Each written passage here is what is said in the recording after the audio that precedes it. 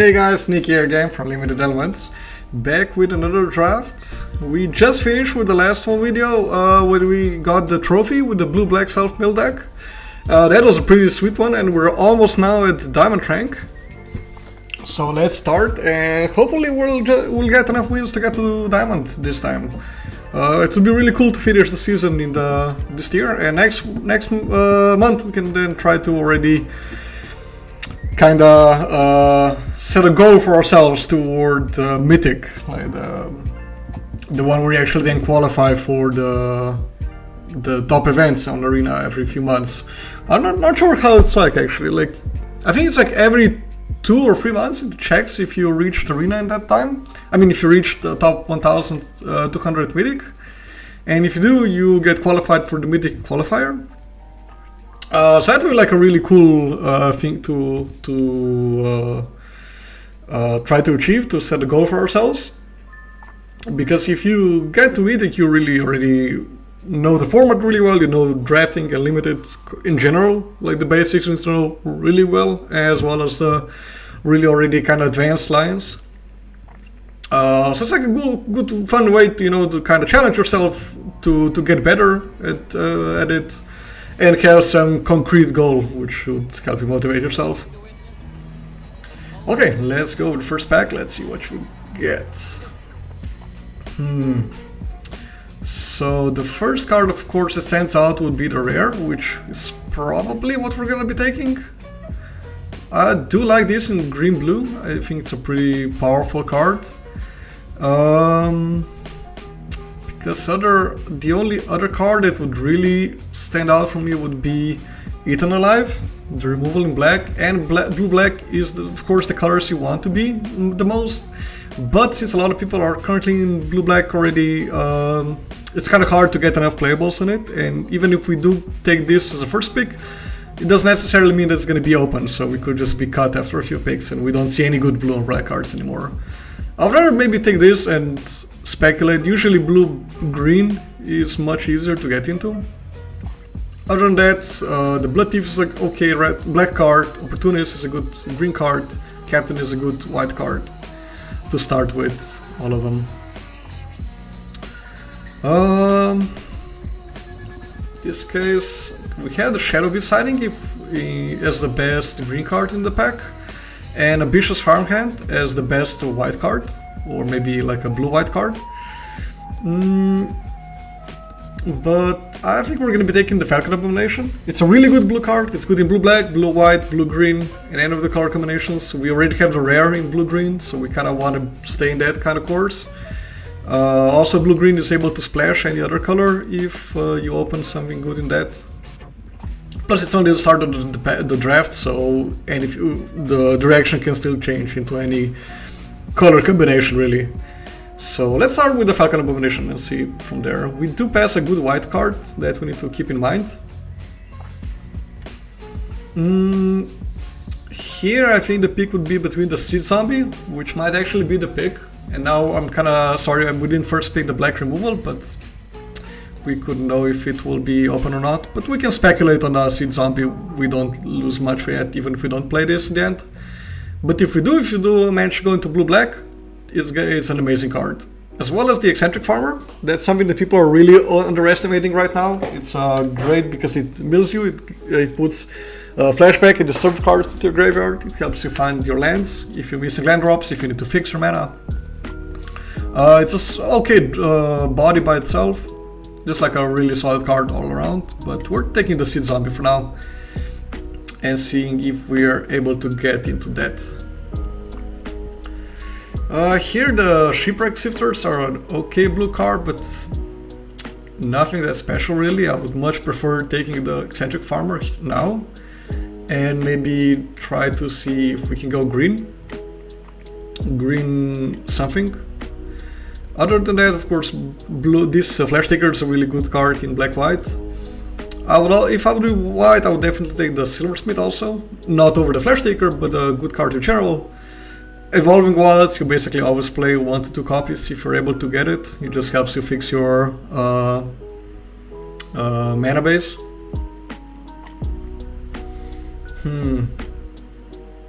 Another Seed Zombie in black, Might of the Old Ways, a good combat trick in green. Fangblade Brigand is one of the better werewolves that you can get in the uncommon or common slot. The thing is that just green werewolves are not a particularly strong deck you can be in, because there's just so much removal that destroys the werewolves. So I'll be taking the Seed Zombie for now, seeing if that's still something we could be going for. If not, then also no problem.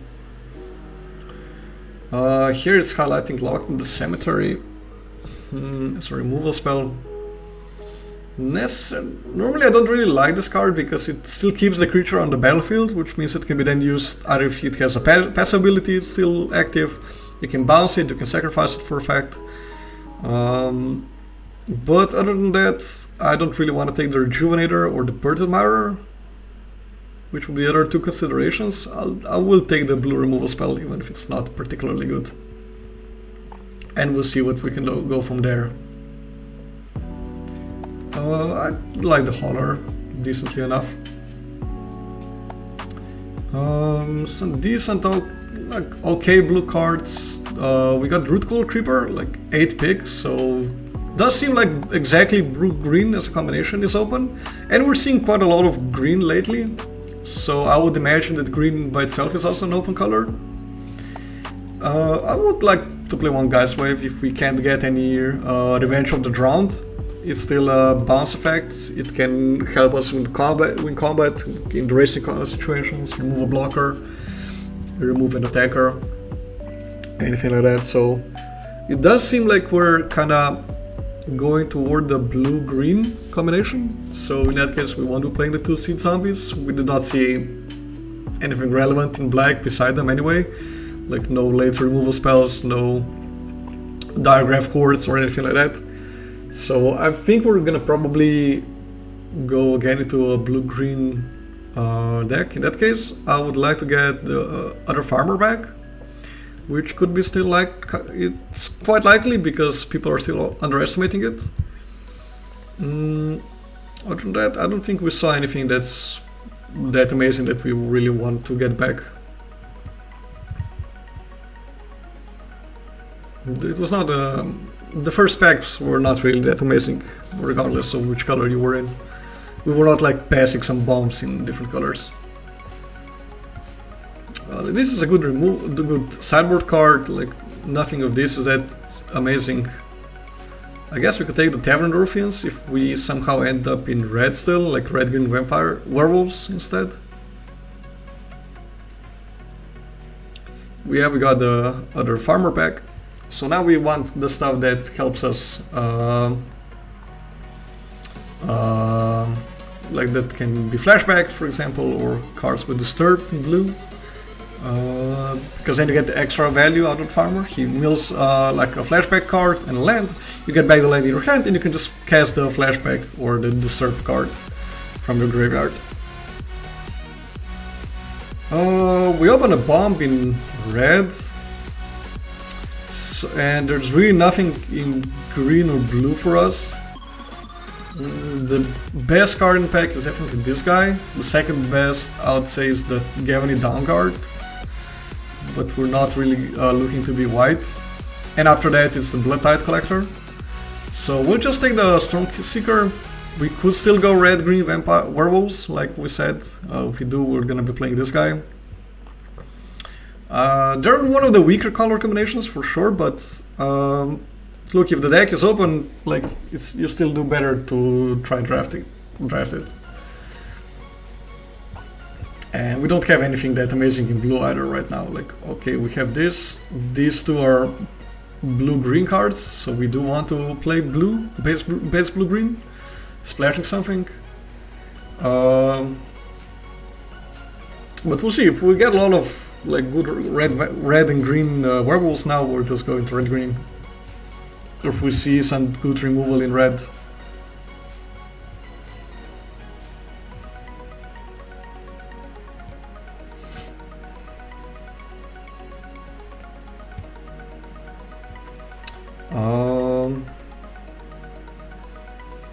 So Shadow Beast Signing is definitely a card that we would like, because it's something that you can mill and then just flash back it, or just cast it both times, and it's a good rate. But I don't think we can take it over the Hound Tamer. That's just a really good card. You can put, at instant speed, you put counters on any creature, even on itself. Never actually got to play with it yet, but every time it was on the opposite side of the board, it was just amazing. So definitely, and it's a good 3-drop. It's like a good rate for 3-drop. So for now, we know that we're base green, and for the second color, we'll still need to decide.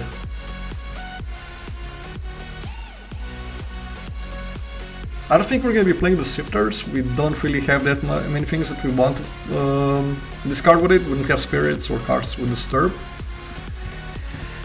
Okay, this is a really strong pack. Like, we would really love the Rites of the Ants, as well as the Falcon Abomination. But since we're kind of deciding between between red and blue, I would rather just take the green card, because that's what we'll play for sure. We won't get the Falcon Abomination back for sure, but we could get the Sprout back, which would be also a decent card, or the Duel for Dominance. I would like both of them.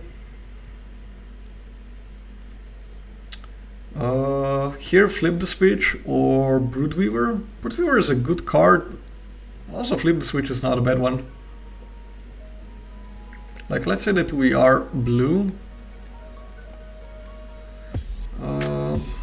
I really like this counterspell. It's just really good, and especially if you have like stuff that you just want to like not to do anything on your turn, to flip it tonight. That's even better. So I think we're gonna speculate still on this one. Another farmer. We can try to just wheel the farmer. In that case, I'll take the Larder Zombie. Surveilling 1, like this, tapping 3 to look at the top card and putting it to the graveyard is a really powerful effect. It blocks all the decay zombies, it just blocks a lot of stuff in the early game.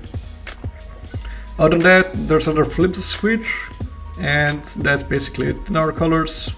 Like, you can get this guy really late as a finisher if you really need to, but I don't mind playing one Larder Zombie in blue.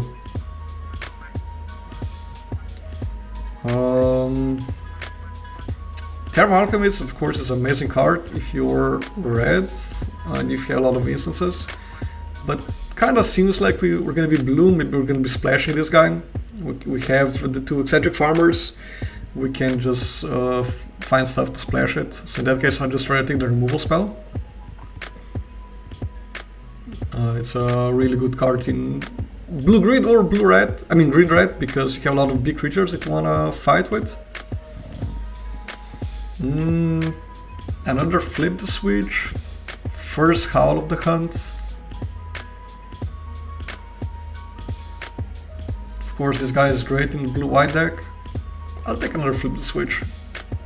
We'll see if we actually get to play both at the end. We're kind of saturated already on the 3-drop slot.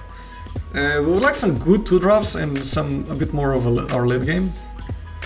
But we did not see that much. But we're gonna try prioritize stuff if we see them. There just really was not that much for us even.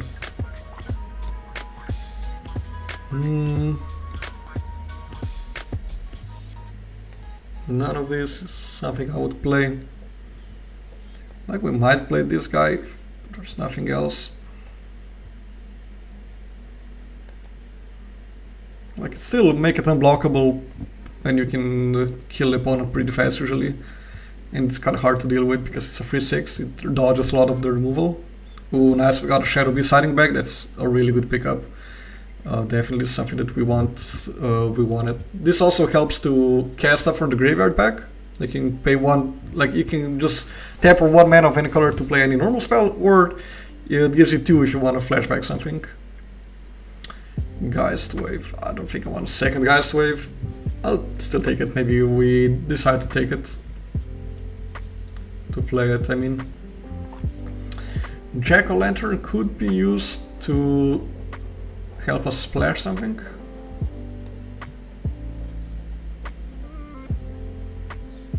So we want to fill up our lower curve with some good 2-drops still if possible. As well as some big boys. So for this one we know that we can get back later.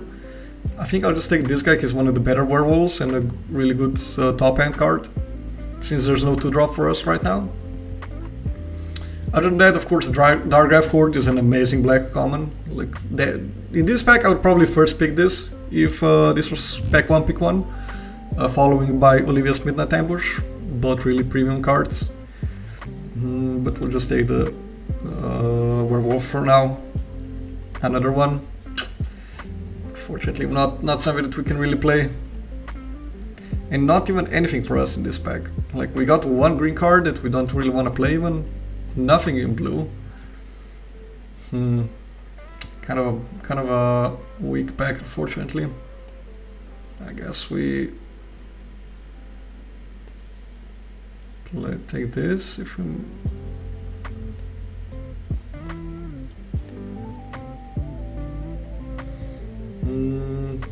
We did wield the Shadow Beast sighting the last time, so this time I'd rather take this 3-drop. Again, no 2-drop for us to take, which is unusual and kind of unfortunate, because that's where we're really lacking right now. But I do love this guy a lot. And might not just play this werewolf. He's a really good card, of course, but if there is like just one card to splash, it's not worth it. I guess I'll take a Startle. Like, really weird draft. Like, we get a bunch of good 3-drops, like nothing almost on 4, nothing on, no creatures on 2 except the Creeper that we saw very late. I don't know what's happening, it's very unusual. Did I just take the Evolving Wilds? Kinda low on creatures.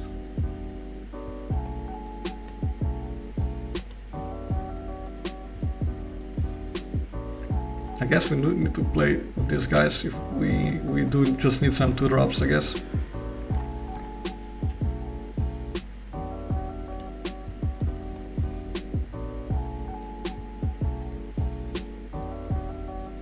Yeah, I guess we just won't get any 2-drops in this draft.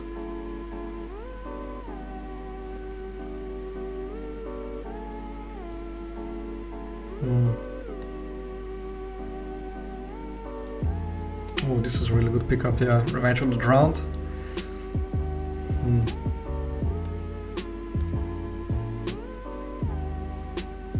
Well, the only 2-drops we get are these guys, which are really not good. But we just gotta take something.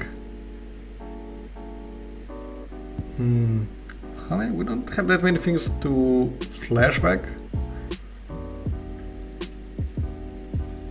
We don't have any Dryad Survival to get something back.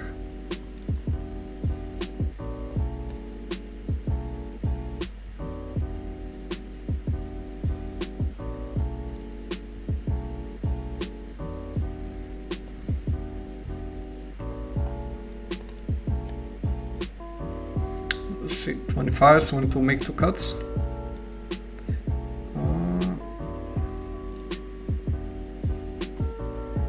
Another one. Just get all the farmers.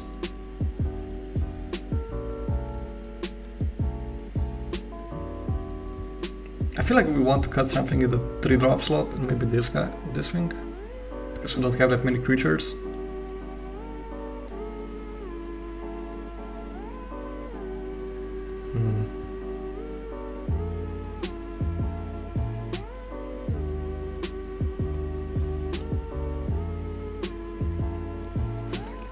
Maybe cut this thing and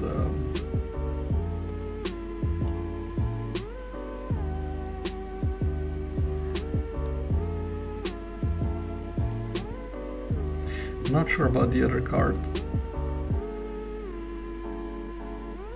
Maybe then we still cut the larger zombies since we don't have that many creatures. Let's see, what does the draft sim recommend us? Pick those things.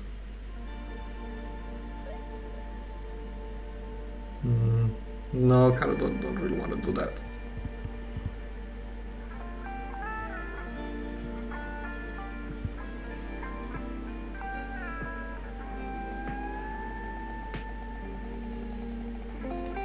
I guess we could cut one.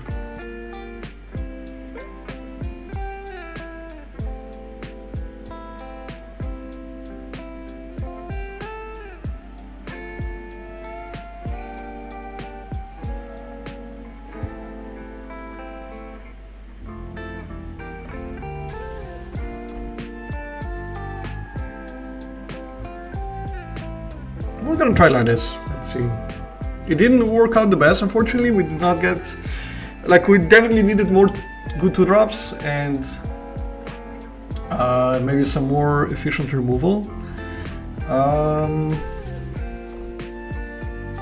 But I think the deck is still okay the way it is.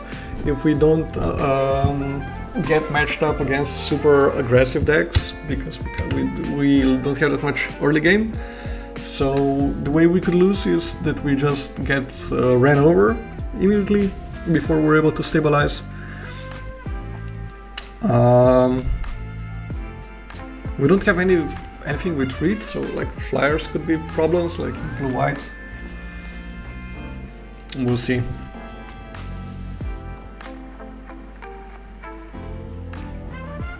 Donut goes first. The hand seems okay. We'll probably play the slime first, then the farmer, so if he mills anything, he draws the slime.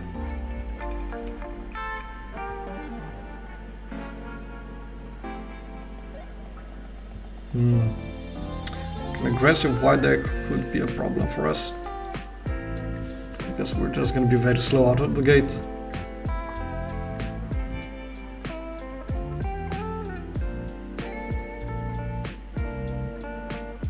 And if you... No, okay, the next rock is not going to be able to flip it, probably.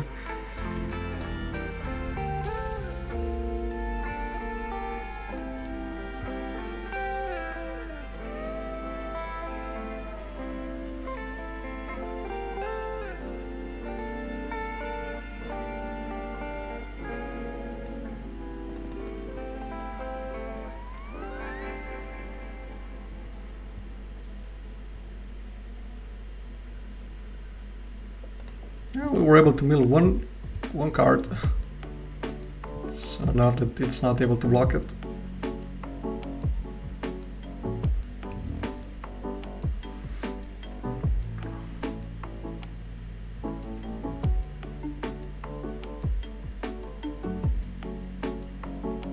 Seems like it doesn't have a lands. We could sag this to make this a 5/5. Do we need another land next turn? No.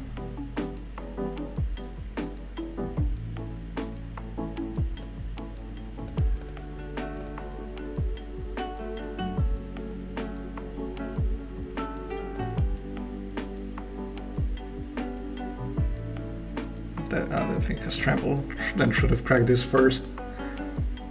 I guess we could keep up the counter spell, but we can also next turn keep up the counter spell or revenge of the round.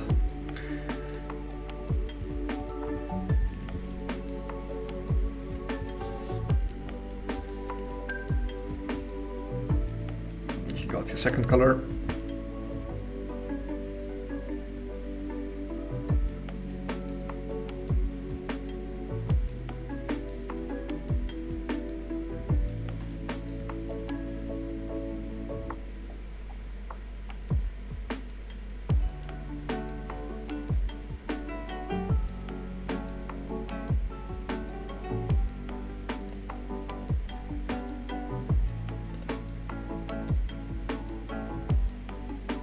I guess he's gonna tap down the biggest guy.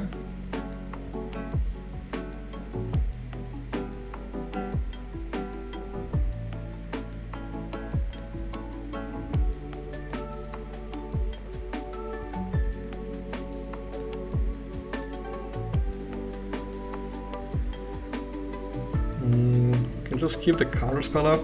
So play this guy, we still have it up. And we can discard the land. Draw something else. Grow dues.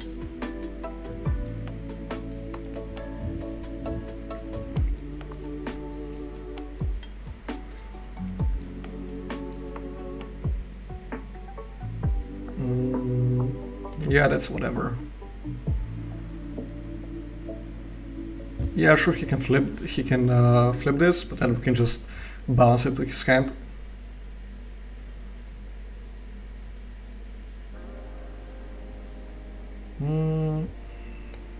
Yeah, I'm gonna counter that. Make another zombie with it. That's it, yeah. Then next turn we could bounce something, fight something. Couldn't get there.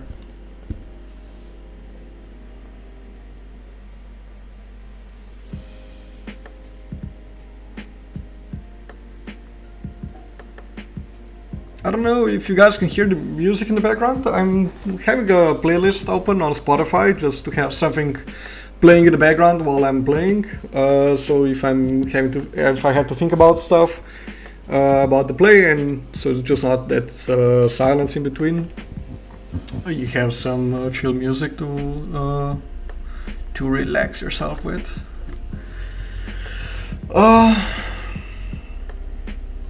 I think we need to mulligan this. Just like if I draw another mountain, another forest, this kind doesn't do anything.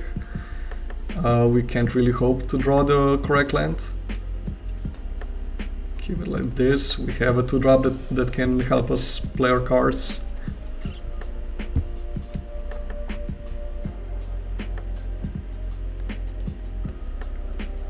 We can just play a 4-drop next turn if he doesn't remove it.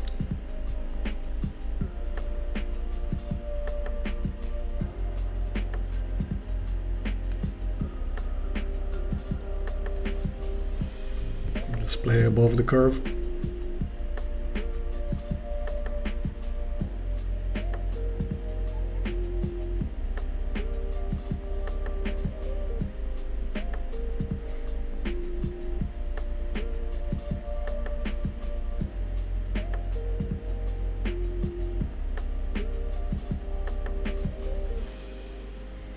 We have 4, 5, or 6 to get something from the graveyard.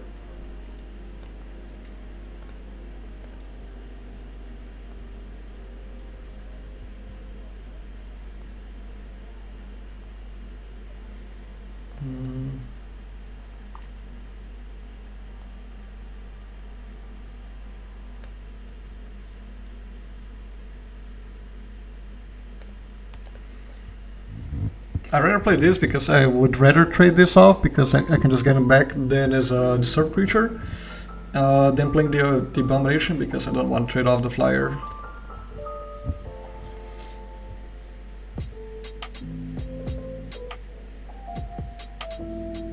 Another one, but I think it also doesn't have lands.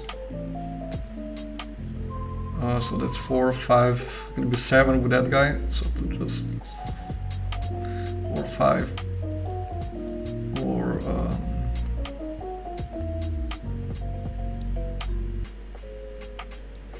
like he could not deal with the first one, so I think I might just play out the second one now.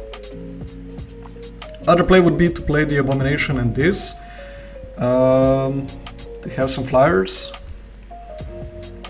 Here I'm just gonna block off, trade off this. He didn't have anything last turn, so he had to top deck something. Okay, sure.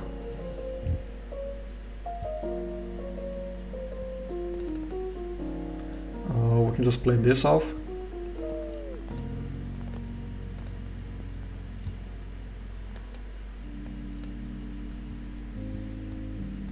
Stabilize on life. We can block now the devil.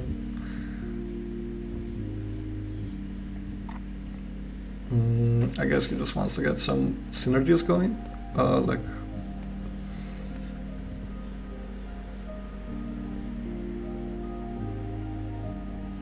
I can just flash this back for another 2 ends, so I don't mind trading one of them for a combat trick.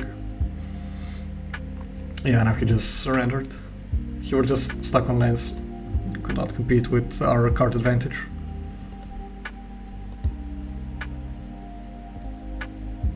Blue-green is the truth! I'm telling you guys, you need to start drafting blue-green. It's amazing. Green is super open most of the time. Blue is deep enough to support multiple drafters in any pod. And like now that everybody's trying to go blue-black, blue-white because it's like the sweetest decks you can do, and okay, objectively the most powerful ones. You just try to go like for the third best deck, still good enough, you know. Like this hand is just reasonable. We don't have many 2-drops anyway, so starting our curve on 3 hopefully won't be a problem. I'll get some interaction. I think I'm just gonna... Like, obviously this is the best if he doesn't have any plays next turn, because it just flips, or it's just a good drop by itself, good rate creature by itself. But black-white does tend to have a lot of removal, and I don't want to lose him immediately.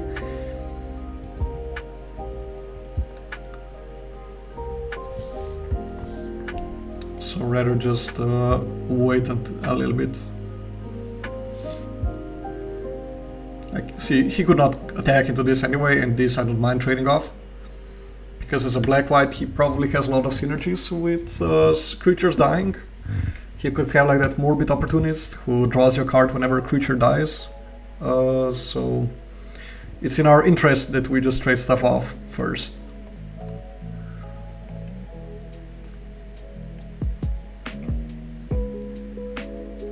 No play after that? Okay. Let's just see what we draw first. I'm probably just carding a forest since we already have a few of them.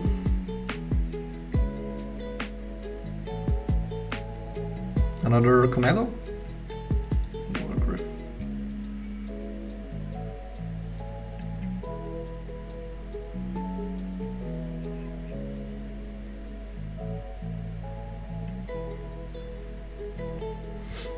Another opponent with no lands.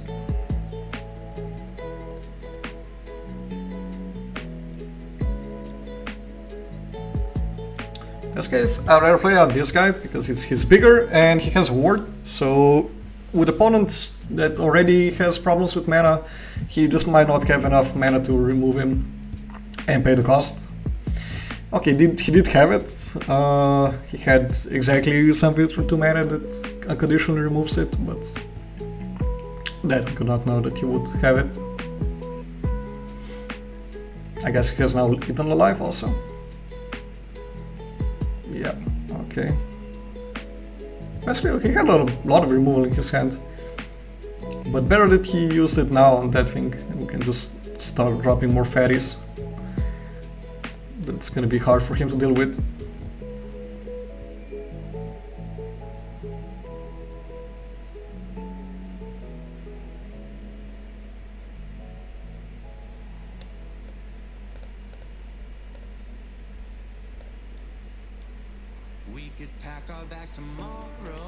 I'd rather just play the biggest creature. Just gonna mill myself. We have some synergies with that, and we don't know if our opponent has anything that he can flash back. So we generally don't want to mill your opponent when you have the option to choose.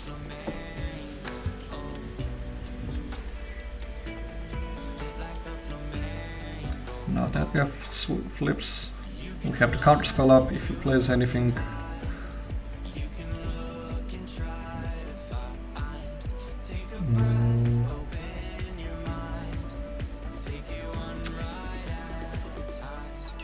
We could just bounce this back, then he doesn't have any good blocks.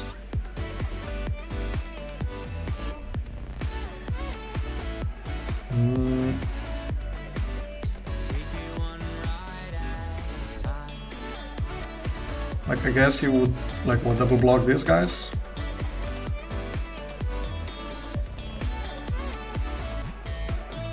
Double block this, try to kill him.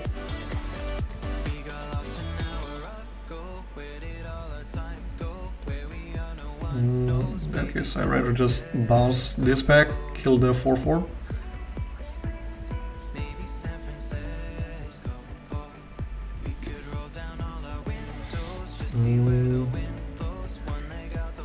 I think we just play the Tamer out.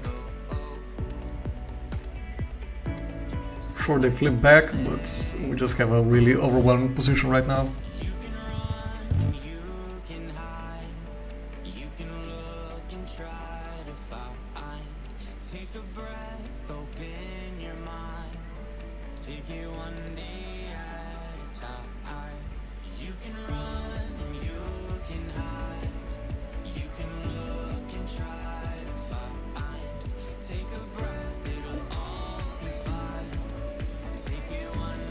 I think I'd rather just attack with this guy and have the counter spell up then.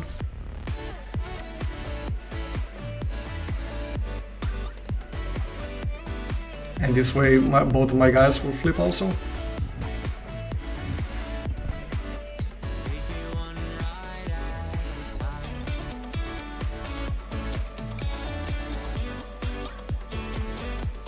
And then we'll just counter and get another attacker. And then it's gonna be GG, I think. GG.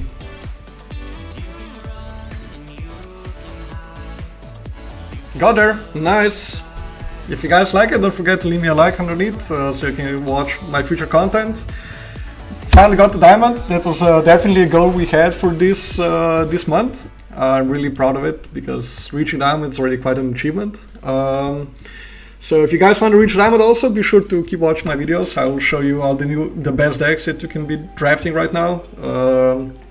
Hopefully the content will be interesting enough for you guys, entertaining.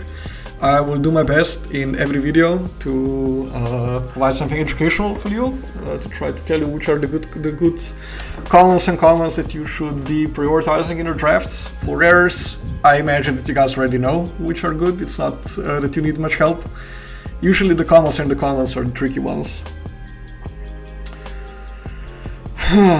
This one I might actually just keep, and I could then, if I don't, because I'm the draw, I have a few draws to get of forest, and then we have a play, and we can always pitch like a startle to the shipwreck sifters to find a forest if we don't find it in time, which we did. So I think we'll still play the sifter turn 2. We'll just see what we can pitch then to it.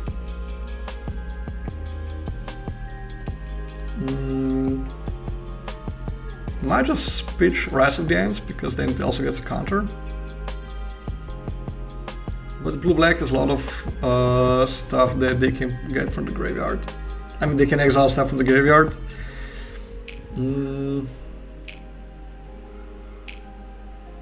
But we're still not really close to casting this.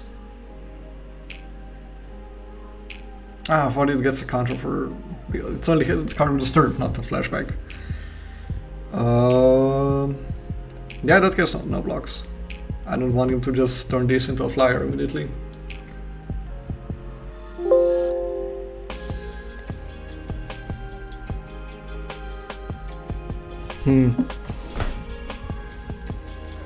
Already a bit on the back foot with 2-drop, 3-drop by our opponent, and both really good ones.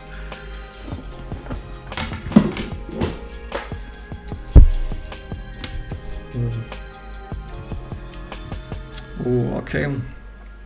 What does this do? This grows whenever just a creature we control dies. Not good. It's a 3/3 by itself. Just play to the board a bit.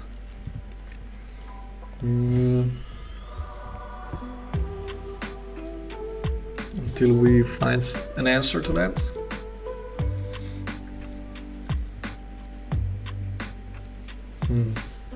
He does just keep playing really good cards. So, not gonna be the easiest.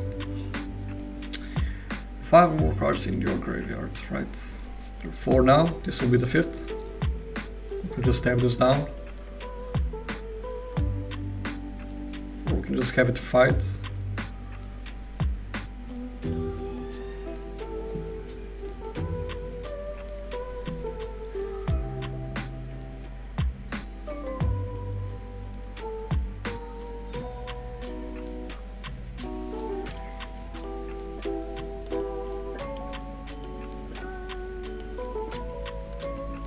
I guess we can then attack with this thing.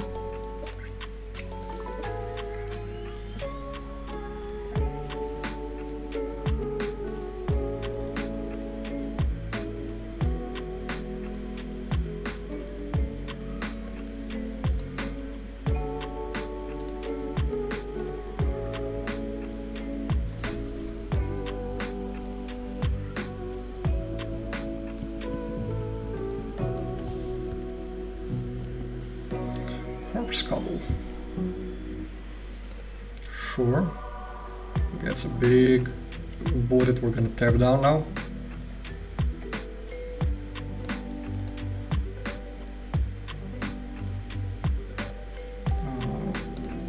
Land. Tap this down.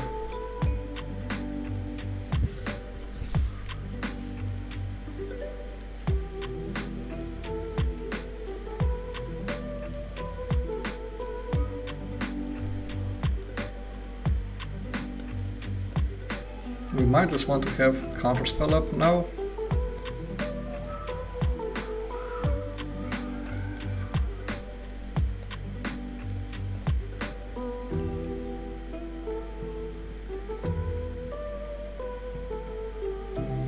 Where is the total power?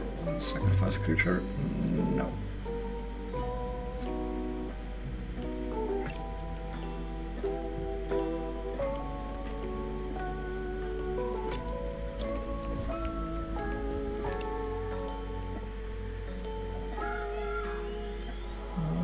Yeah, we can't counter that one.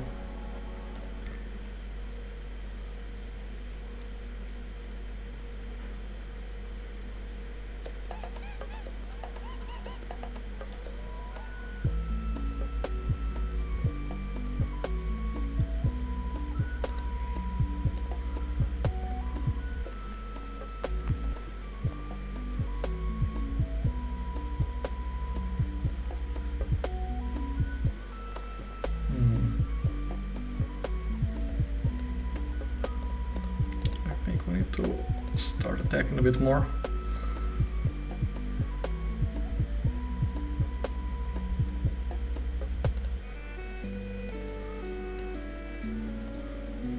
We can just make this smaller, so to eat both of them.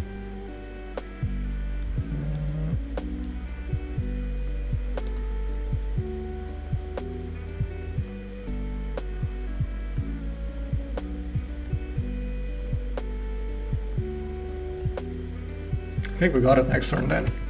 He can make now these guys back as flyers. We just have a big board that he can't really deal with at the moment, and we're not under that much pressure. Like, he needs to block this, then he takes... I guess he's just gonna surrender. Yeah, I guess he just gives up. Okay, also fine. Yeah, see, that's why Flip the Switch is a really good card. Just... people have so much to do in this format, you always have use for all your mana. So a counterspell that you need to pay for, it's basically just a counterspell, like it's really hard to pay for that. And getting a 2/2 zombie with it, like as just a free body, like even without that body, it would be an okay card. Anything, like any card that you decide that gives you a decay token, it just gives you that for free. Remember that. The card is good without it even. Like, let's say the Falcon Abomination, right? It's like a 3 mana 2/2. It's a Windrake, it's nothing special, but it's okay card. You get a free zombie. Even if that zombie attacks once, it's still extra 2 damage. Or you can use it to sack to something, like he did to Cobble, Corpse Cobble. You can use it to sack to Ethan Alive or any number of other effects. This counterspell would be good by itself. You get a free zombie with it. You get what other cards have it, like the Dark Griff Horde, already like 5 mana, 3/4 that would exile 2 cards from the graveyard. In this set with a lot of flashback and disturb, it would be a good raid. That with that it gives you 2 extra tokens at the same time, just makes it like a common Grave Titan. It's crazy. Like, I think they kind of underestimated how well the decay tokens are gonna work out, and they just kind of added them for free, you know, to most cards, and they end up working really well. Now we can already start surveilling every turn to, in case we get too many land drops, we can just pitch them. I'll probably still like trade off here if he attacks. Since we don't have that many bodies that we can make in blue-green, that we could then use to tap with the zombie.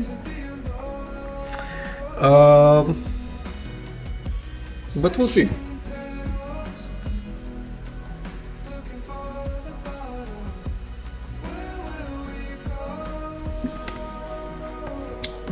infantry? Sure.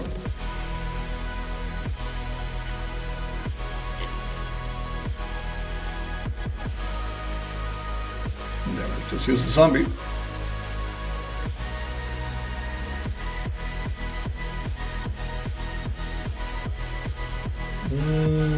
Second forest. I don't want it. We got our land anyway.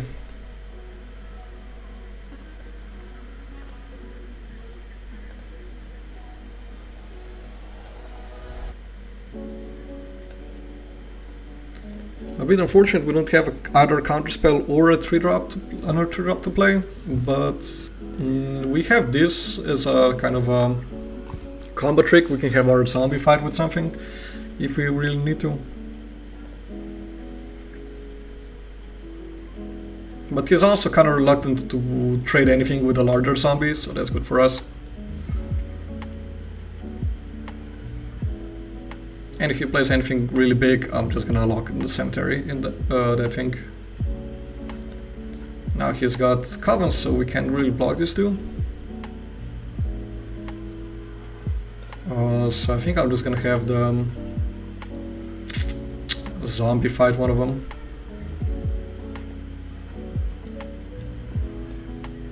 Like, kinda don't want to take 6 damage a turn.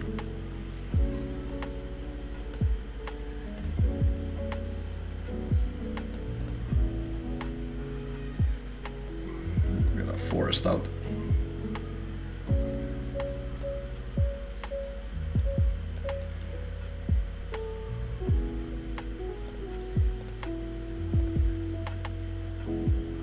And this can also now block the 3-1 guys again.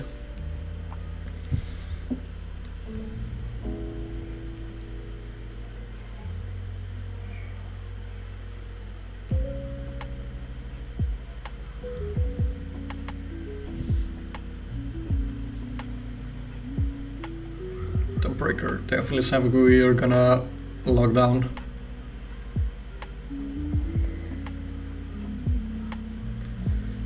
But for this we need 5 more cards to tap it, otherwise it just stays like that until he attacks what it is himself. So I think I'm gonna just let these guys out. Can use the zombie to surveil one more time and maybe put something to graveyard. Plus the zombie can block something and die, so that's gonna be 5 cards. So we can just tap down the breaker next turn.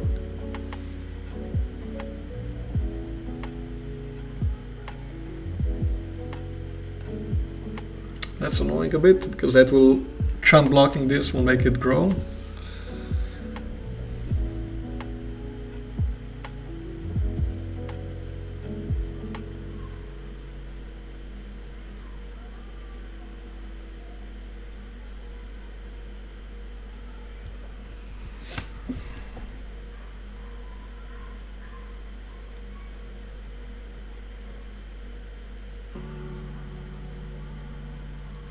So he needs 1 more land, he can start activating this even.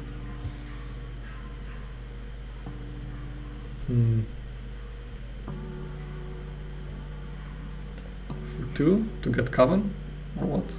I mean, he got it already, I guess. It was just so he starts getting counters and stuff.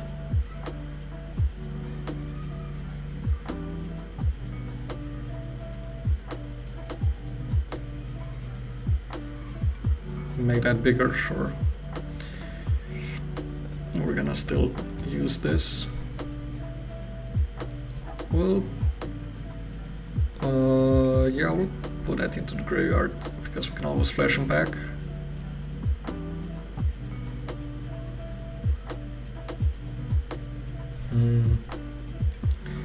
For I can't use this and keep up the counter spell, which is what I want to do.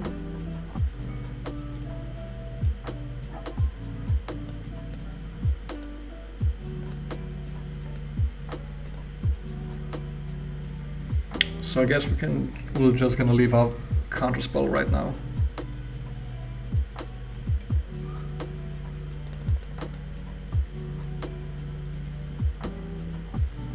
4, 6. I guess next turn he can just attack and pump it up.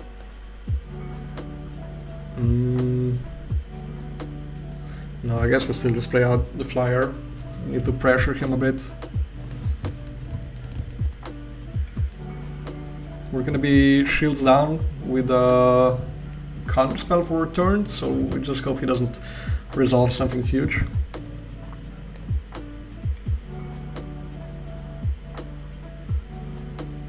This thing doesn't have trample, so we, like, if we could just chump block it.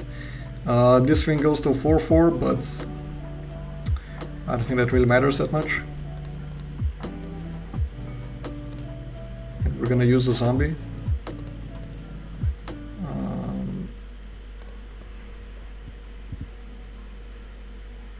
Like the 5th, that's gonna be the 4th card now.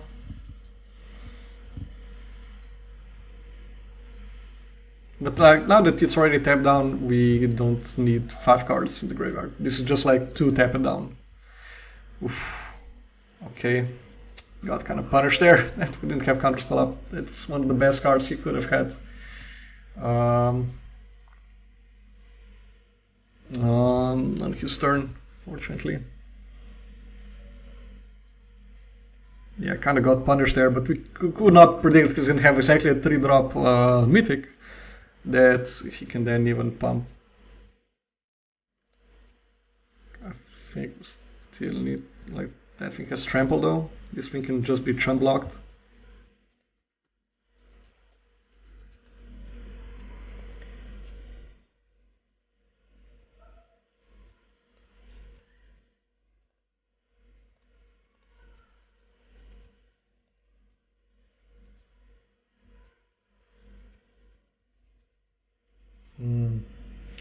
Do we want this?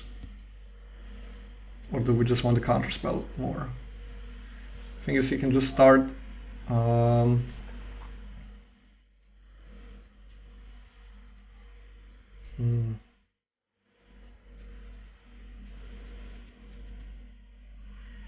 start attacking.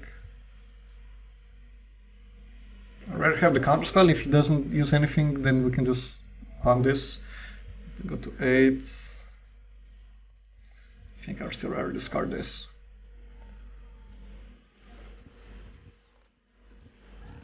Like, we can, if he doesn't have anything, he just dies to the flyers. Like at the end of the turn, I can make this grow, then untap, do it again. Especially if we draw land, we can just do it then twice.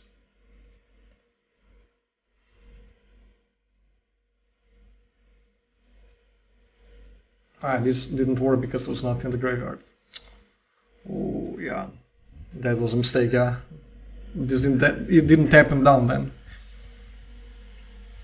Now it will not untap, but the first time it did.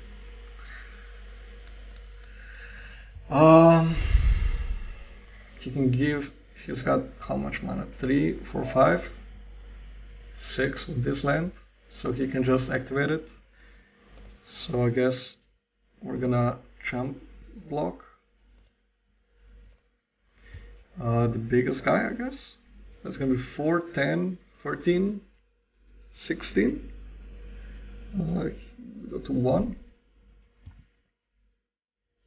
And we need to put counterspell on counter on this. It's gonna be then 3, 5, then a tap, draw land, and put 2 more counters. That's our only winning block, winning play. Let's just count this again. 10, 13, can use it once, 16, right? And there's no way to deal 1 more damage from the board.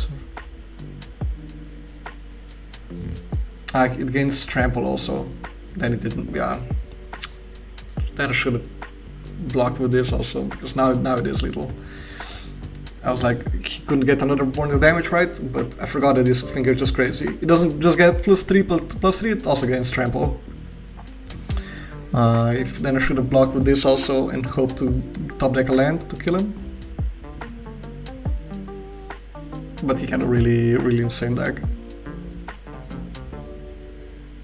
And that one turn that we took off from having counterspell up. That's really got us good. But still, like, it could have, like, if we drew a land, we would still win this game based on the board. If we just double blocked with that guy, I just did not think it has. I did not read it. It has trample then. Like, I could have prevented 5 more damage. This would be 8. I'll take 2. I would still be dead, I guess.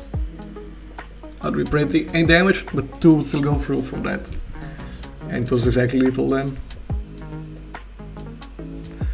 Maybe if I don't know if I could have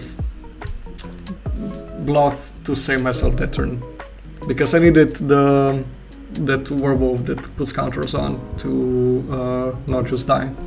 I mean, to have any chance of winning.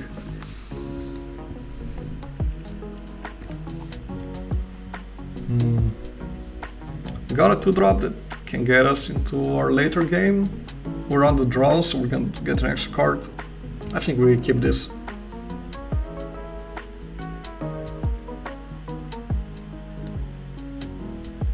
Opponent mulliganed once.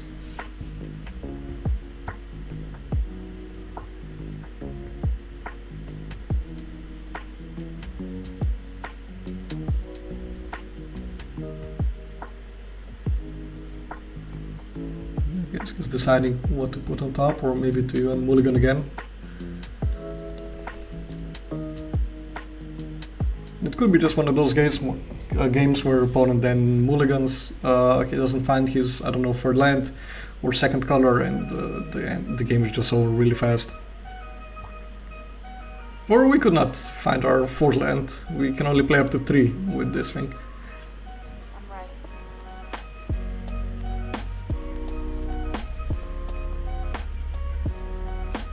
I guess it's a tough decision, because we're thinking a while now. Yeah, what? Okay, mulligan to 5? To reach it? No, to 6.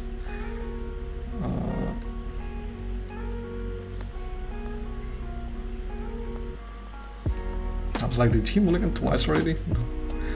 No, he didn't.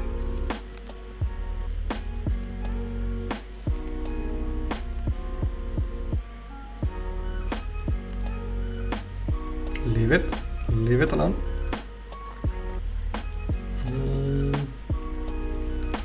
In this case, I think I just want to play the biggest thing out. This can't attack into it anyway, so might as well be more mana efficient. And this thing can attack into it.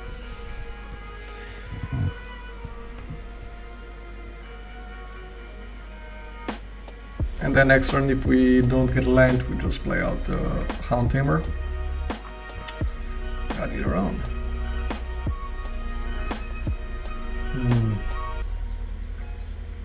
4, 5 with this. I could just attack. If he blocks with this guy, I startle it and play a 3-drop. Otherwise, if he takes it, I just play a 5-drop.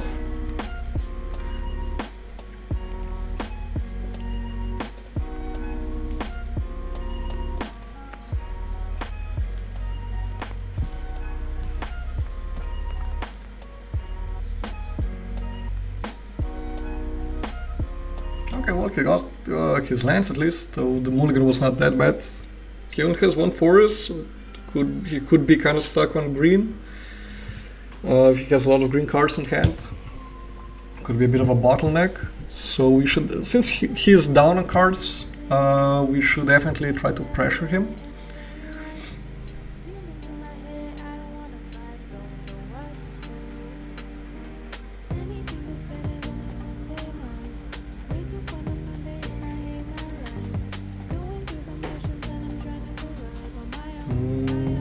I think I still just attack with both, right? Have Startle up and Hound Tamer.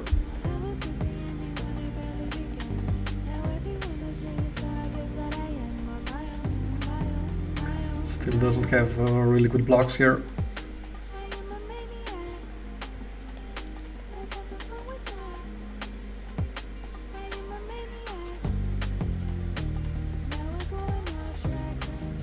And just play out these guys so we can start putting counters and stuff.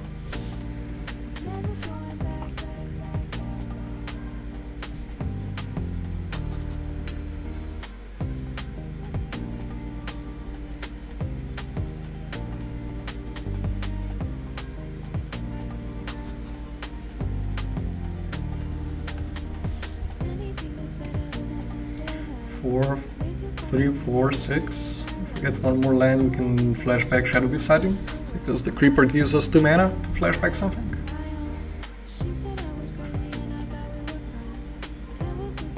Or could be just better to play it than these two if we get another land.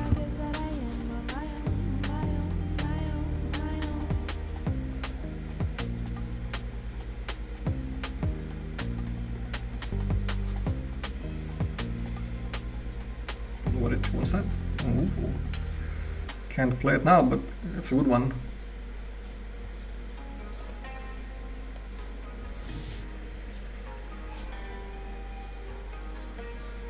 Got enough lands? Yeah.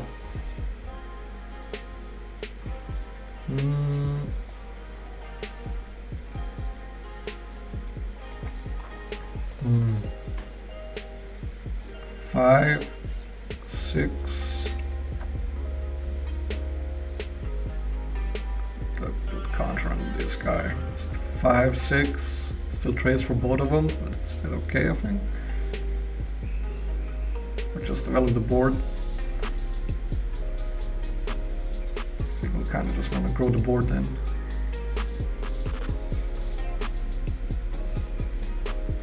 Draw a card and discard a card.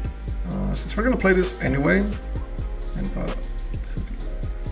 no, we can't play both, right? 3, 4, 5, 6. We have only 6 to normally cast something. So in that case, I'll just play the biggest creature.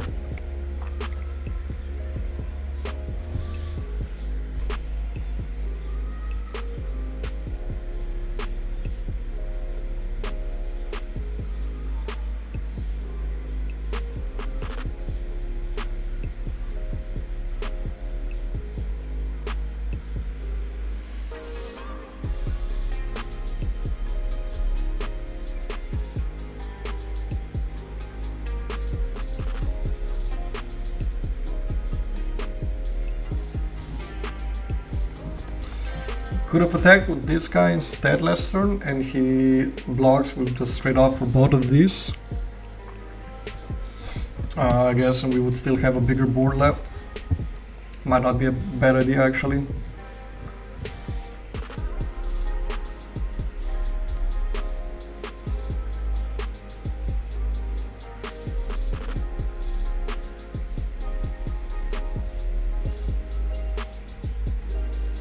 Since this guy has vigilance anyway, it was like, if he takes it, okay, we still have a blocker, and if he trades for this 2 off, I'll be also okay.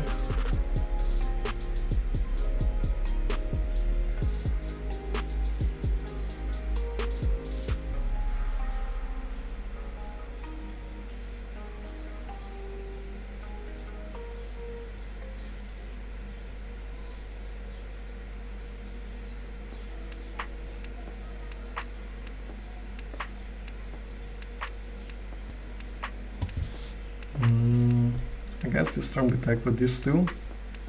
This you can block, double block, and then block like this.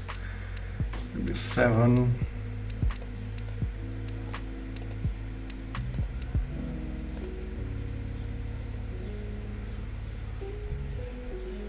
Still doesn't have any amazing attacks.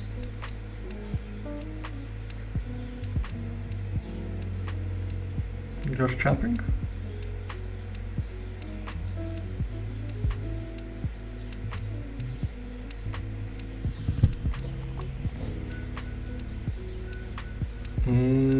Yeah, okay, I'm okay with that. He loses a creature, goes down to 8. We just keep developing the board. Get a flyer up, another creature.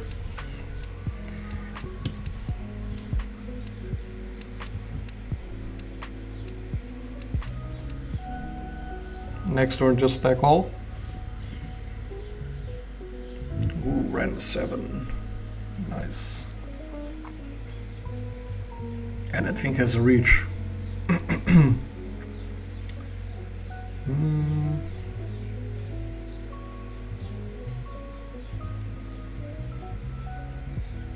Like, this guy still trades off for it. Let's just play this.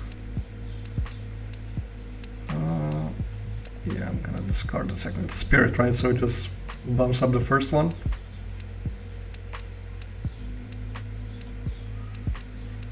One, two, three, four, five, six. Not enough to do this.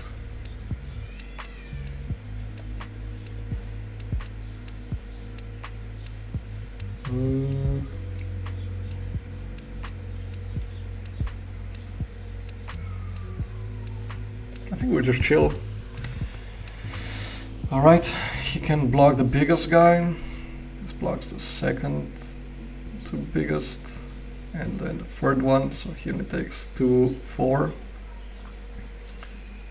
6, 8, no wait. 1, 2, 3, 4 blockers. 1, 2, 3, 4 blockers. 2, 4, 6, 8, if he doesn't have anything. But kinda don't want to attack in that. I'll just end the turn, put counter on something.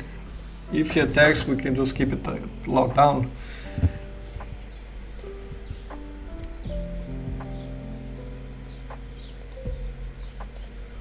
We kind of can't expect that he won't have either a fight effect or a bounce spell, and if he does, we do kind of get wrecked.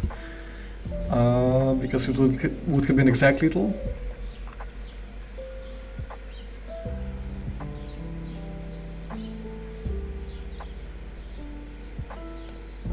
Another reach guy.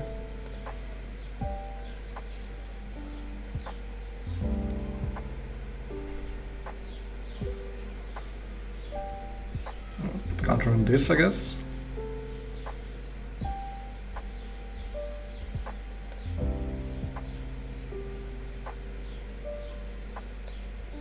Now we can just log down.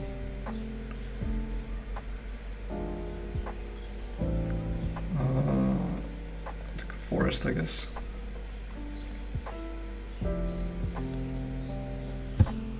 Now this can just log down a creature. Do we kill him now?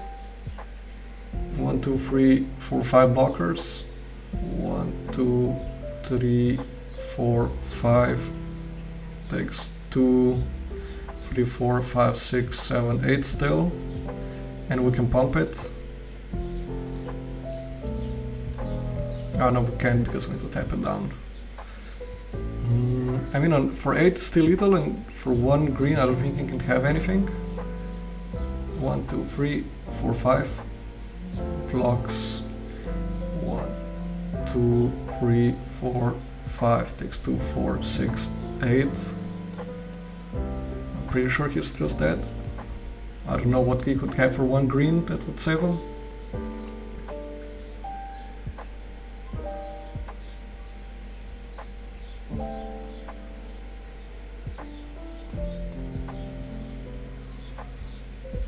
Just good game, maybe he'll just concede without checking the blockers, or he'll be like, sure that we did the math.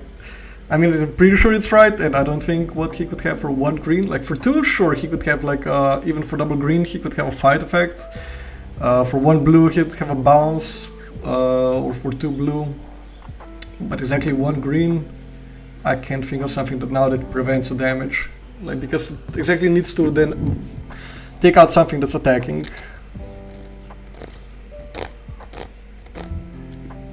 And the Ooze has trample also, actually, that I just saw now. So, and as well as the Hound. So I guess it would have been better to put the counter on the Ooze because it was it had trample. Yeah, I guess he also did the math. He's just dead.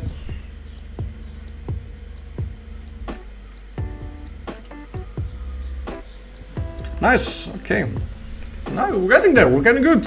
We're doing good. The games are getting really hard, but the deck seems sweet, plays out pretty well.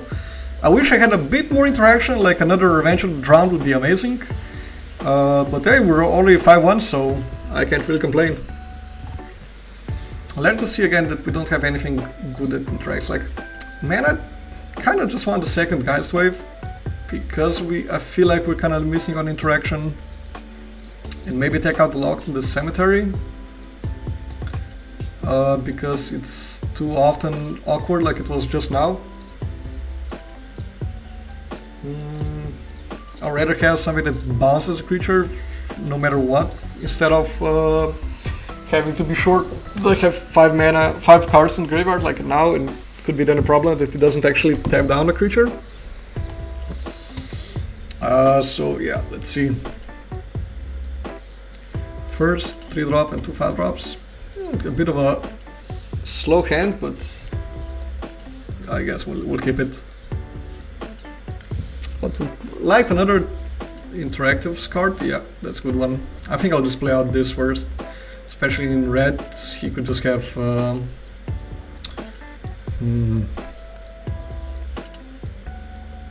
he could just have a removal for it, but that the slam kind of blocks that better.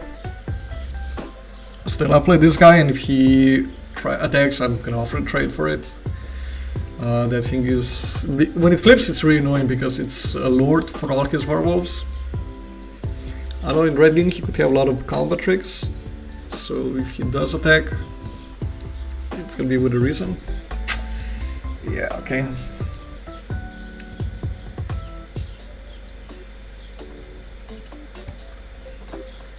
He had exactly something to... Well, maybe he has something like a bolt also, so it doesn't matter that we play that first.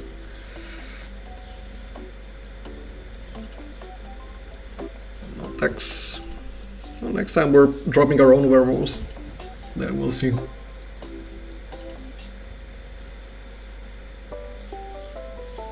Yeah, maybe he had that already from the start.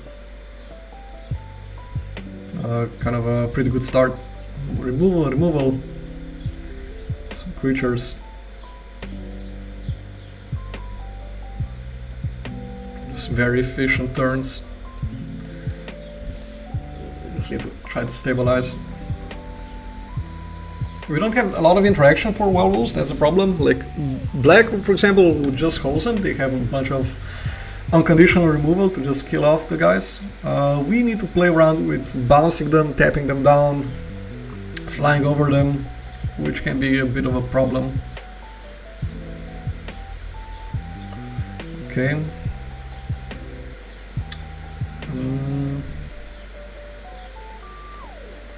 Like if I just attack with this guy, what does he do? Like he blocks with this guy, and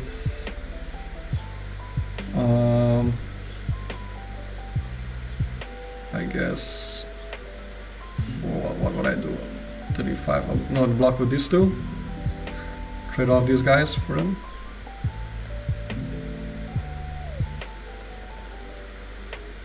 I guess that's okay for me.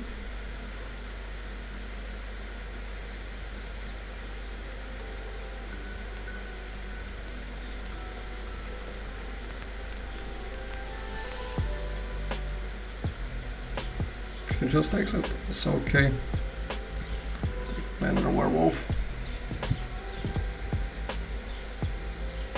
Next turn we can play this and start keeping the counterspell up. And here it helps that he has ward, because he seems to not have a 5th land, so he's already constrained on what he can do. Plus the bolt itself doesn't get rid of it. And if he has that 5 mana, deal 5, he needs 6 mana at least to target it. But we can't block with this guy now, because he just bolts it then.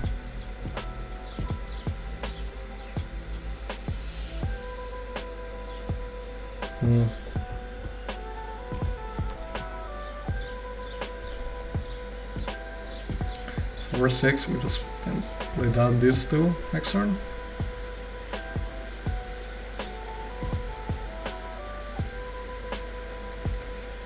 I guess so, yeah. He kinda has more werewolves than us.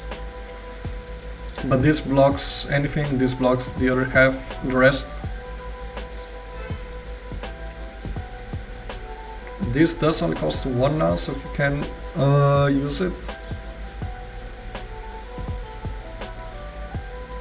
And pay for the counterspell, I mean.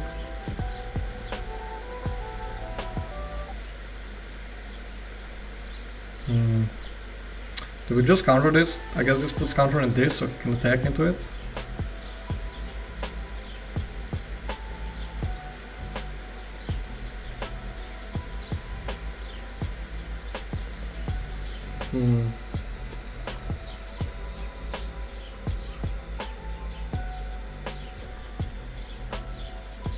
I think we do just counter that.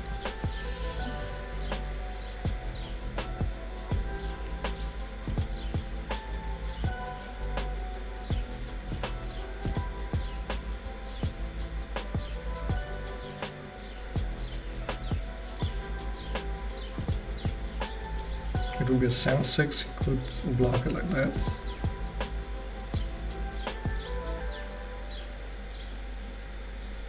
That's also a good one. He's got a sweet werewolf deck. Now we should not do that, but like his last card in hand was a good one already.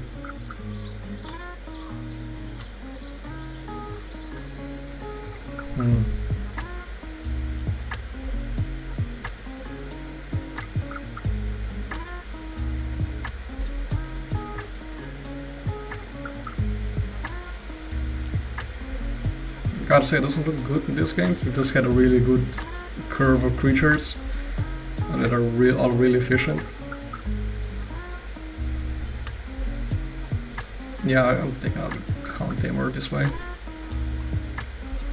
I don't mind that trade because otherwise he just starts using his mana to pump his guys, and we're gonna fall even further down behind on board.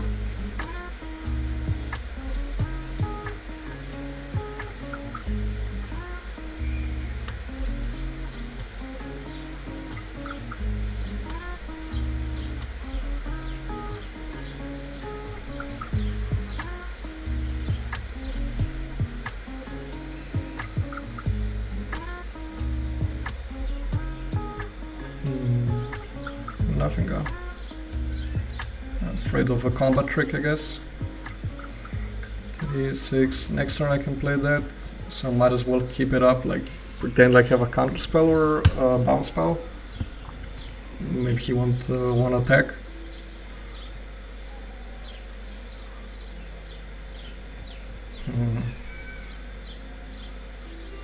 Now he has the activation up also.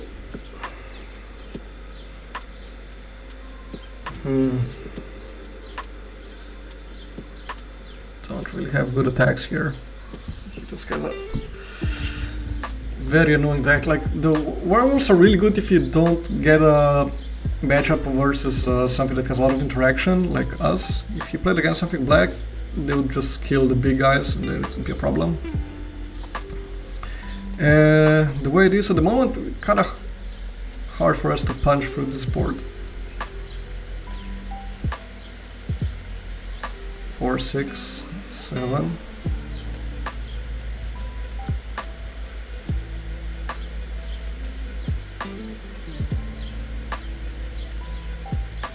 No, we can't attack. But we're also not going to be able to double spell for maybe the rest of the game, since we're top decking now.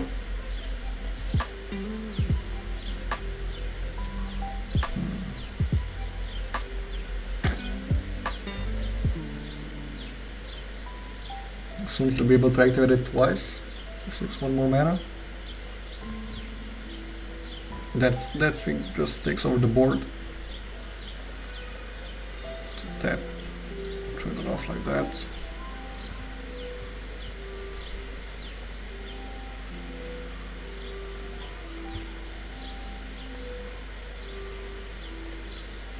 Okay, so he has a fight effect also, I guess.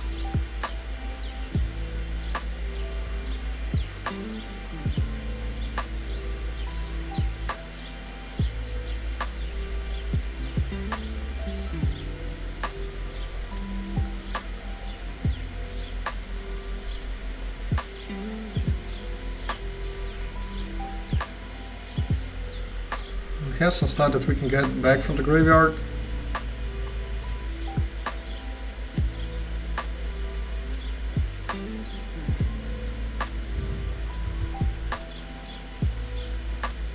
Not much really.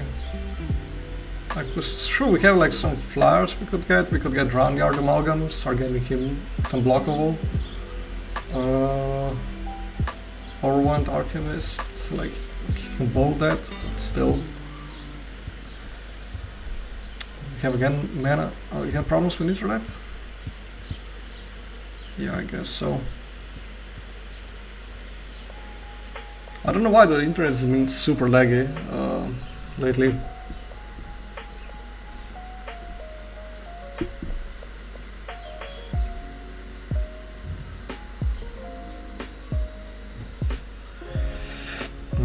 I'll just try to switch on my mobile hotspot.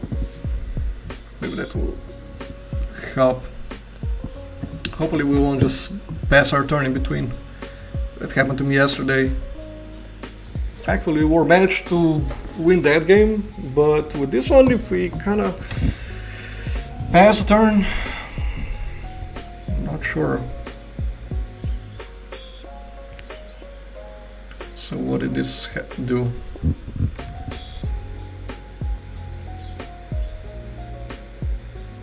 I guess nothing added.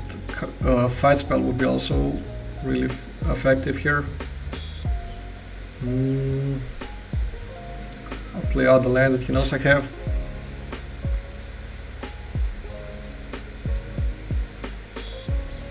We could have used the fight spell to like fight off this guy. Stop him from getting even more counters.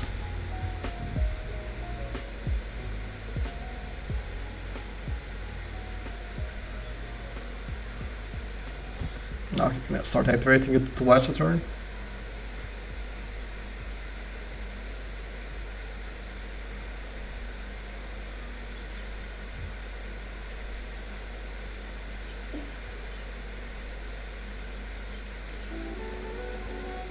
Still have quite a few lands in the deck.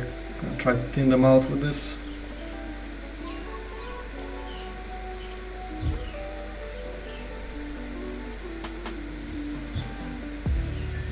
I don't really see us winning this game anymore. He has too much of a board and he can now use all his mana every turn. And just pumping his guys so they're big enough to break through the board.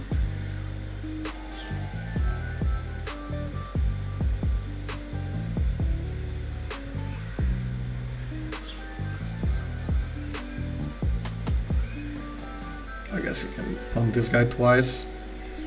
Still need to trade it off. This guy can become 10 power. Still need to block it off.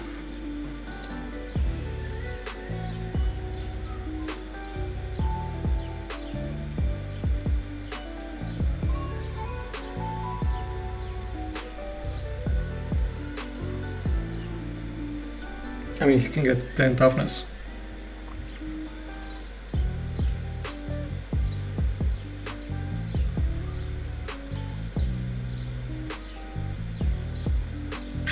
Yeah, that we were not gonna be able to beat anyway. That was a really good top deck for him. Just gonna bounce this, but it doesn't really matter.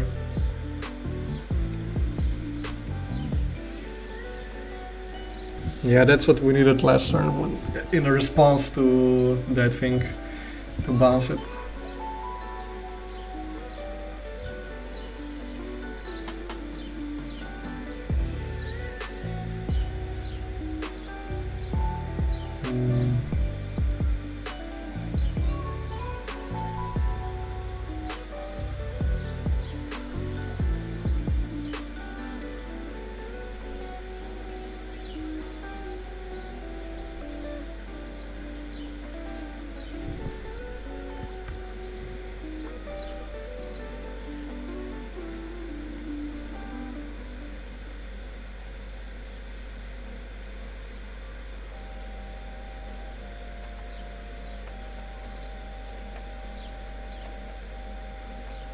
Bounce that back at least.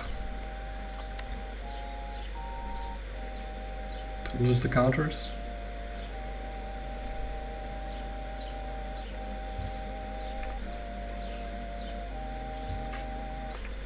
We don't really have anything with flashback in the graveyard right now.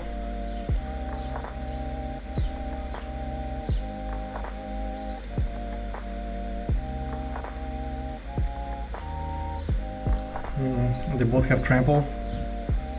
And he's got a bull that can go face. I think we're just dead. That's like he can use the bolt, so we're at 9. And he's got 9 here, he can pump it twice. If I do this, I prevent 3 damage, so I take 6, 9, 10, 11. Go to 1.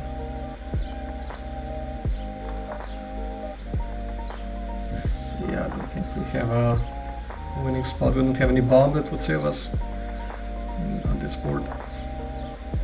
We just had like a really good curve of creatures that when they flipped, they were just kind of hard to deal with. No, he got this game. Fortunately, it was a really good deck.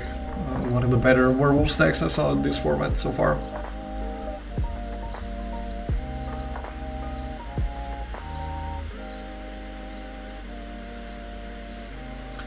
Five and 2. Look, we're pretty close to getting to the trophy. We need 2 more wins. We definitely don't have like any amazing bombs in the deck that would help us just win it. So we just need kind of a good curve, which this is not. And hope to win from there.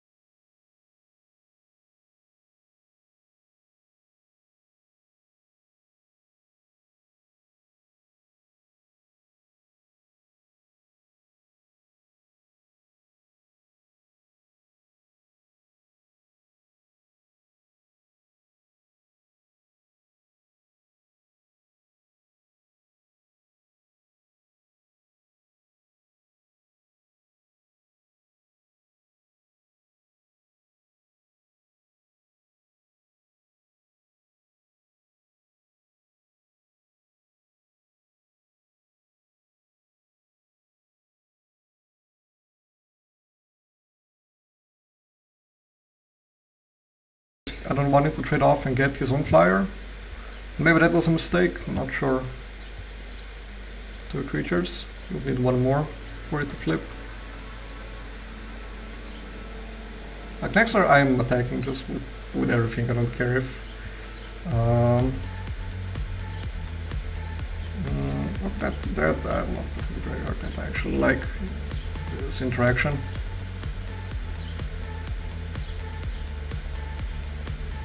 I'm gonna attack with the zombies also. Another can be used with this guy to surveil, but I want to kind of get also the damage in.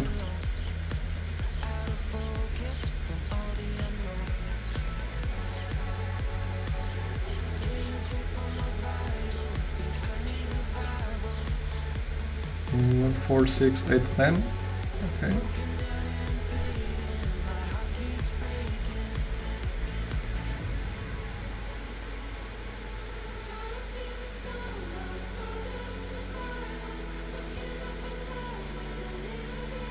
I like to replay this.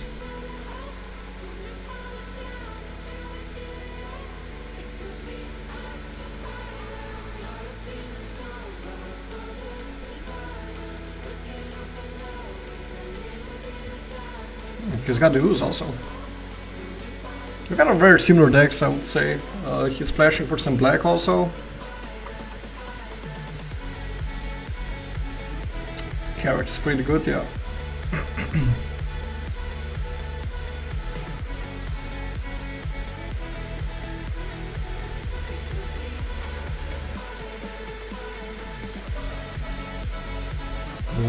Try the Dark Graph Rebirths.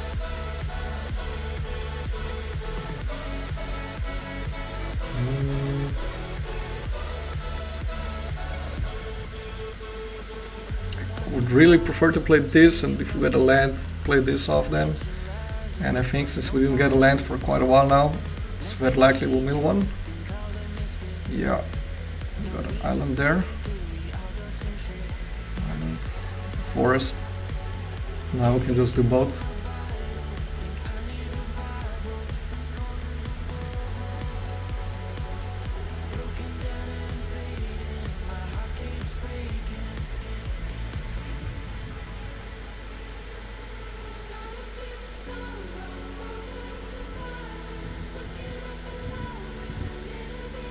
And we got a 5th land for the Burly Breaker. I guess he's gonna need our Archivist. Or the Sighting, but we don't have the 7th mana yet. And we're not gonna have it next turn. So in his place I'll just take the flyer, yeah.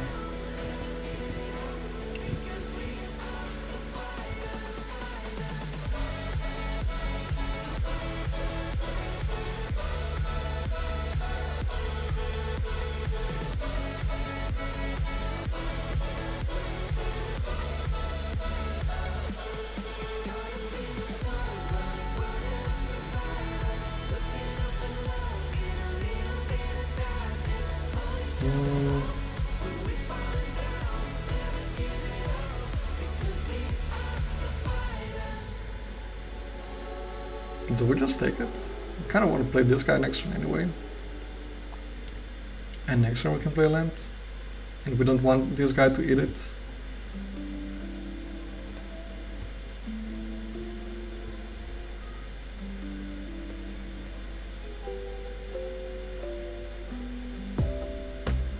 We'll just attack all.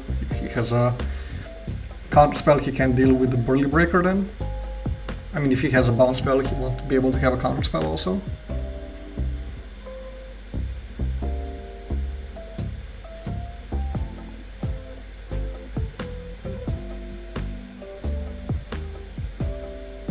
And he only has 2 blockers, like since his token can't block.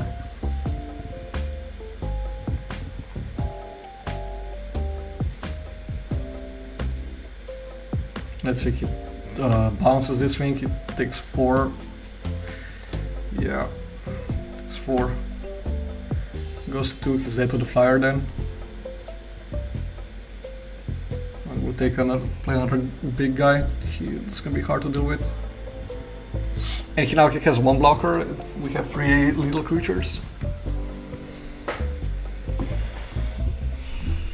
One of them is a flyer, but he cannot just block it with this. And got it. Okay, that was a good one.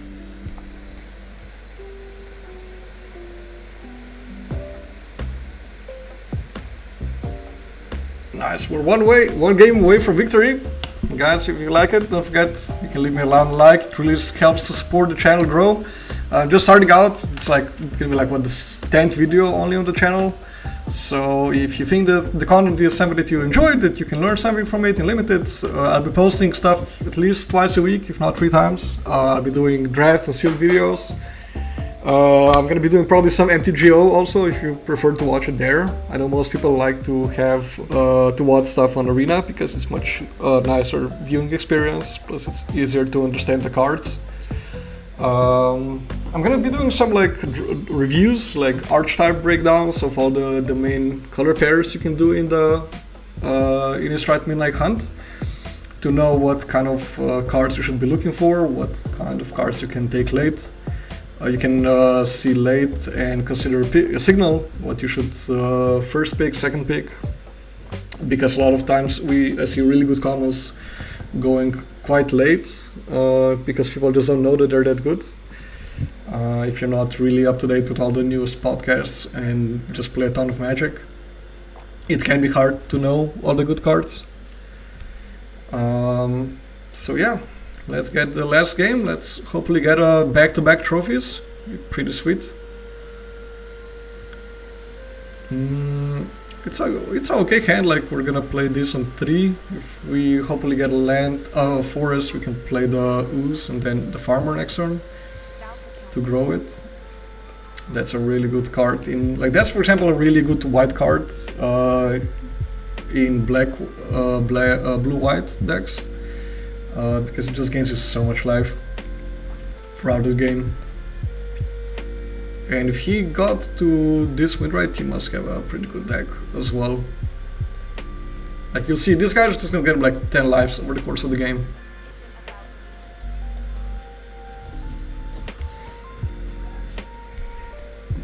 It's gonna be insane.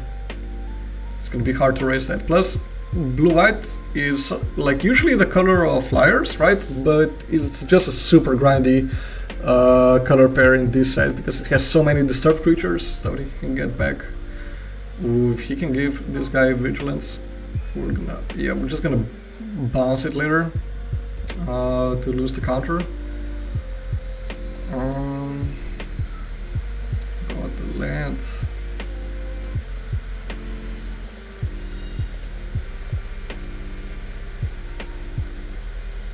I think I'll just play the ooze this turn and then next turn the farmer and bounce this thing off.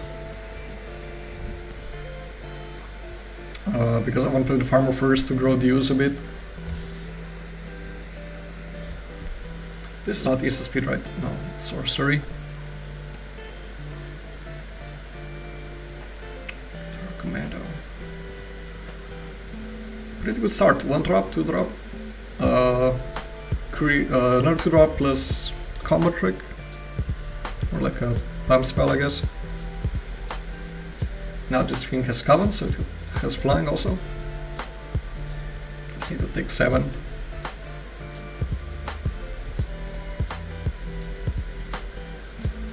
Our main hope is that the opponent is screwed on lands, so he won't be able to play out all his cards. That's a way where we can get back in the game.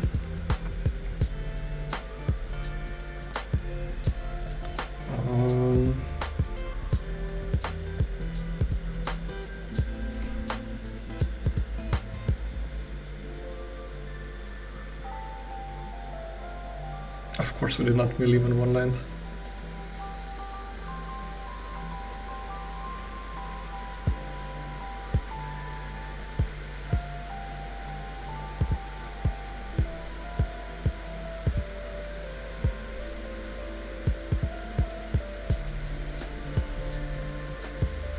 I guess next time we play this, discard this. I could attack with this, but I feel that either he has that Flaring Hope to get something +3/+3 and indestructible if it's human, or another Commando.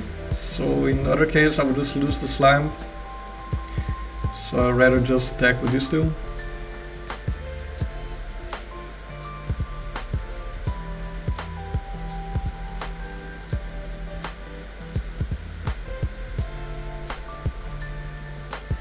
Kind of unfortunate we got, we could have really used the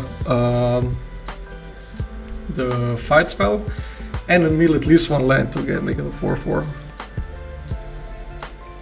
Preferably 2 lands because then it could attack normally. Now I'm just trading all of the farmer if he has that combat trick. Okay, we need to get it out of his hand anyway.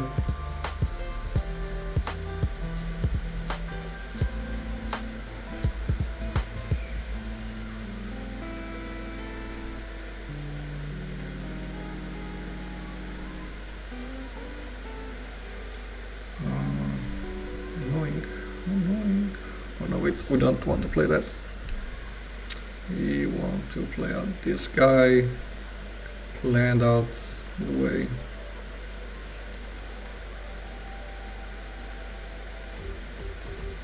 Yeah, grow dues. I don't mind trading dues for both of his guys if he will take it.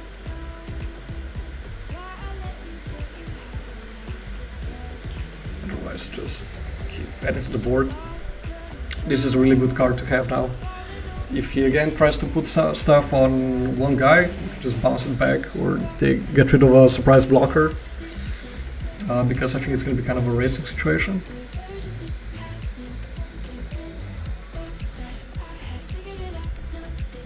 We cannot have anything to get back.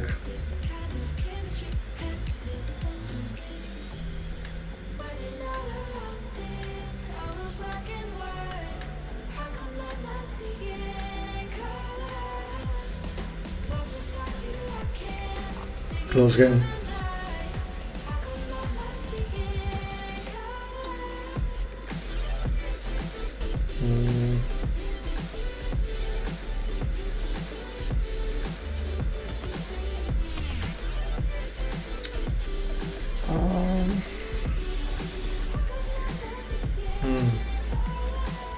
We could just get rid of this, attack them. It still doesn't have good blocks. What if I get rid of this, attack at all? He eats this. Takes 4, 6, 8. No, we're gonna chill. Get in for 2.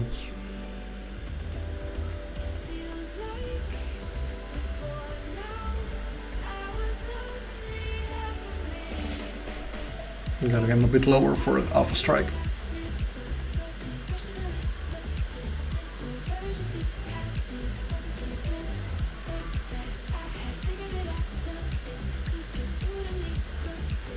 This will also give us a surprise additional attacker.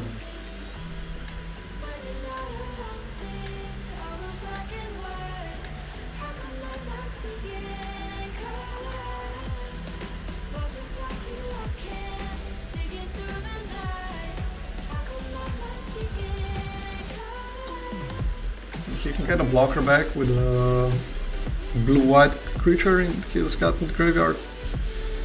And he probably has like some removal pound spells. Ooh. Okay. Yeah, I guess I'll just bounce it back to our hand then.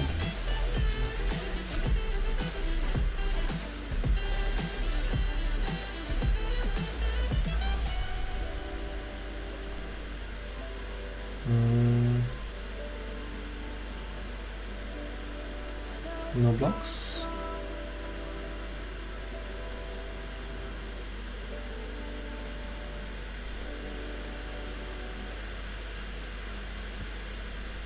Don't want that.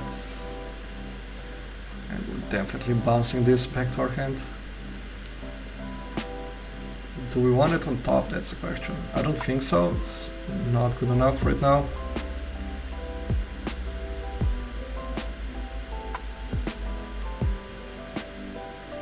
Get some lands back. One land exactly. Ah, he gets it because he controlled it. Okay. Now he traced here. 2, 4, 6. Still not enough to kill him. But I'm okay trading this guy off to get a flyer instead.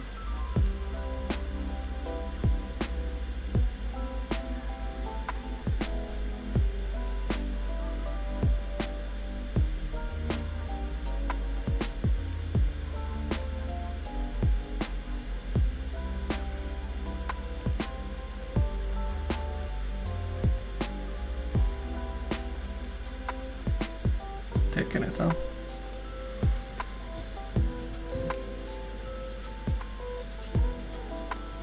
That's such a powerful card. This is also good, this is also good, and he can get both back now as flyers.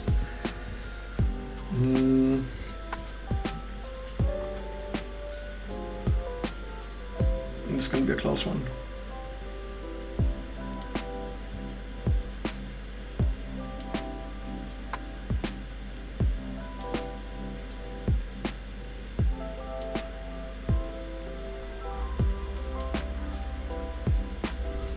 What do we even want to draw in this case? Draw the Art Amalgam would be okay because it has unblockable, Geist Wave to take something out.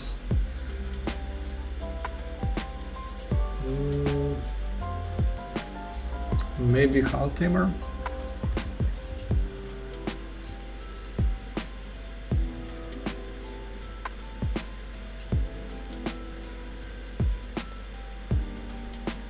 I think it's Vigilance now. Just gonna jump it.